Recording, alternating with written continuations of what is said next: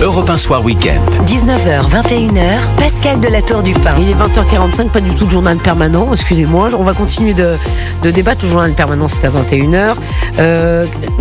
Quand même, la position du gouvernement en ce moment est plus que chancelante. Je vous explique effectivement.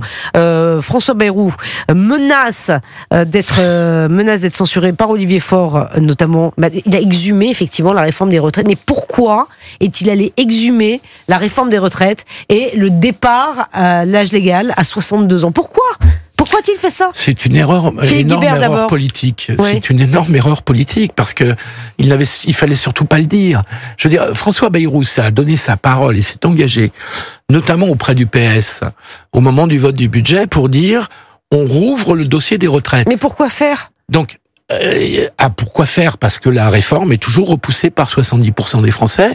Et Pascal, il y a une majorité à l'Assemblée, RN plus gauche, pour abroger cette réforme. Non mais je suis d'accord, mais c'était peut-être pas le premier dossier à remettre sur le devant de la table, non? C'était un dossier central pour faire passer le budget. Et lorsqu'on entre dans une démarche comme ça, quoi qu'on en pense sur le fond, il faut aller jusqu'au bout, quitte à constater à la fin du processus que il y a des choses qu'on peut faire, il y a des choses qu'on ne peut pas faire. Là, François Bayrou a donné le sentiment très fort de renier sa propre parole en disant déjà ça c'est pas possible, sur le retour à 62 ans c'est pas possible. On peut le penser.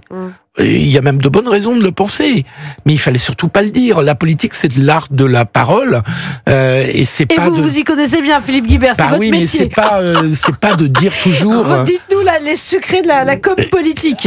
Le secret de la com politique, c'est quand vous lancez un conclave, vous le laissez aller jusqu'au bout. Oui. Sinon, et surtout quand vous jouez votre peau, quand vous jouez votre peau gouvernementale, là-dessus. Le spécialiste de communication politique dirait quoi à François Bayrou aujourd'hui pour essayer de rester et de maintenir son gouvernement? Réouvrir le dossier en disant non. Nous sommes dans une situation financière très compliquée, mais il faut, c'était mon engagement, faire bouger cette réforme de retraite. Il y a des solutions alternatives, parce qu'en plus il y en a quand même quelques-unes, et donc je lui conseillerais de donner le sentiment qu'il veut rouvrir ce dossier sincèrement. D'accord. Je crois. Georges Fenech. Sans quoi il va passer à la trappe très vite. Depuis le début de cette histoire de conclave, on se demande pourquoi conclave, on assiste à un jeu de dupes. En réalité, personne n'a cru, je crois pas en tout cas, que l'idée de Bayrou c'était de revenir à 62 ans, parce que c'est totalement irréaliste. Quand on voit les moyennes d'âge en Europe, c'est 65, 67, voire 70 ans, que nous sommes, Philippe vient de le rappeler, dans une situation budgétaire catastrophique, que nous allons rentrer dans une économie de guerre, que tous les pays sont en train de resserrer les boulons, et nous, on discute du sexe des anges, de savoir si on doit partir avant, après, 60. Mais c'est un jeu de dupes, et Bayrou est un homme politique avisé. Oui. Donc, son conclave, c'était quoi? Pourquoi je dis que c'est un jeu de dupes? C'était de dire, voilà, vous avez de quoi vous occuper, pendant que moi, je fais passer le budget, et je reste à Matignon. Mais, il y a un moment, les masques tombent. Là, il est tombé un peu prématurément.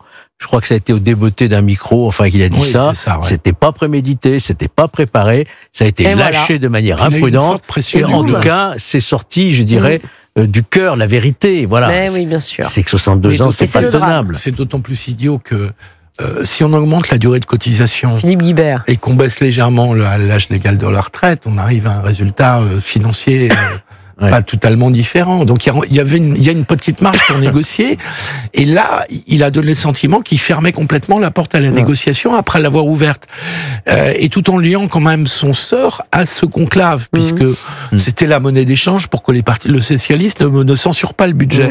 Donc je trouve que ça, il a commis une faute sans doute au débeauté, comme le dit Georges, en maîtrisant mal sa parole. Et maintenant il a les socialistes sur le dos. Bah oui. Voilà, il a les socialistes sur le dos qui disent ce soir, Olivier Faure dans les colonnes du Parisien, s'il continue à mépriser le Parlement, ses jours à Matignon sont comptés. Mais bien sûr, il peut avoir le RN sur le dos. Le RN sur le dos, sur le même sujet. C'est une catastrophe, c'est-à-dire qu'on est reparti sur une... On peut, j'ai pas dit qu'on irait, mais on peut repartir sur une chute du gouvernement. Regardez Bruno Retailleau aussi, qui a du mal, beaucoup de mal avec l'Algérie. Emmanuel Macron qui ne lui vole pas au secours en disant je fais confiance au président Tebboune, à la clairvoyance du président Tebboune.